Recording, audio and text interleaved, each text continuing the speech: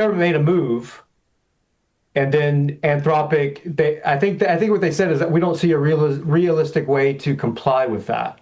Like, how do I know if a person from China inside the United States is using Fable or not? Like, Yeah, and apparently, like Yeah. freaking 30, I think it's 70% or 30%. I'm not sure, but like a huge percentage of Anthropic employees are not even like freaking US citizens. So like, how do you even enforce right, that even within your company to be like, yeah, the right, US government said non-citizens? It's like, dude, I work for Anthropic and I can still use the fucking models. Like that's like fucking insane. But on yeah, this topic, one thing I would say is, for the most part, I think this is the beginning of something that it sounds sci-fi, but I really believe it's the core of my being. I think there's going to be classes of people based on like your access to intelligence, dude.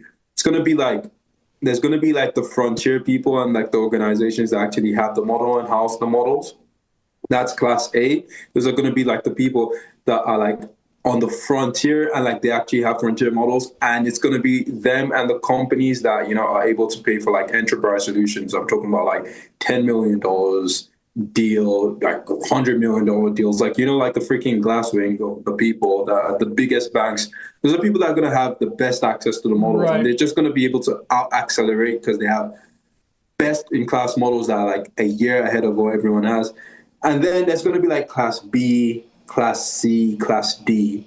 And it's just going to be like a tier. It's literally going to be, this is the start of it. Because why would any other company that has frontier models release it to the public so they can get shut down again?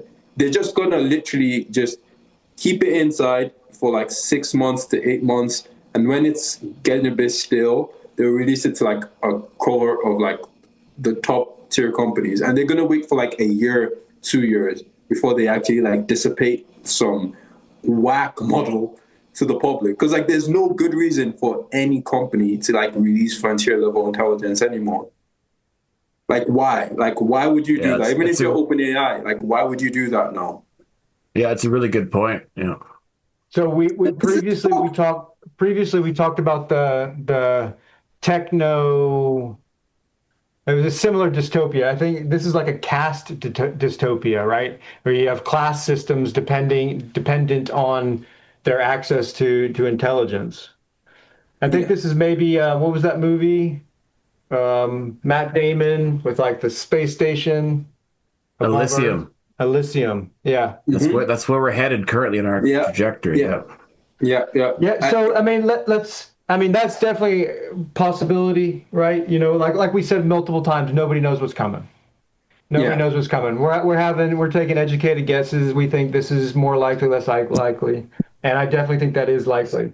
I think one, and this is y'all are going to agree with, especially Max, is like, and we've talked about it before, is we're approaching. I think we're in it, the beginning of own your intelligence, because so do you guys have you heard about? Well, I sent you guys a link about ZLM 5.2. So this is a Chinese model, I think. So then there's going to be some data security issues you're going to want to concerned about, but we'll leave those aside. But this is an open source model that rivals Opus 4.0.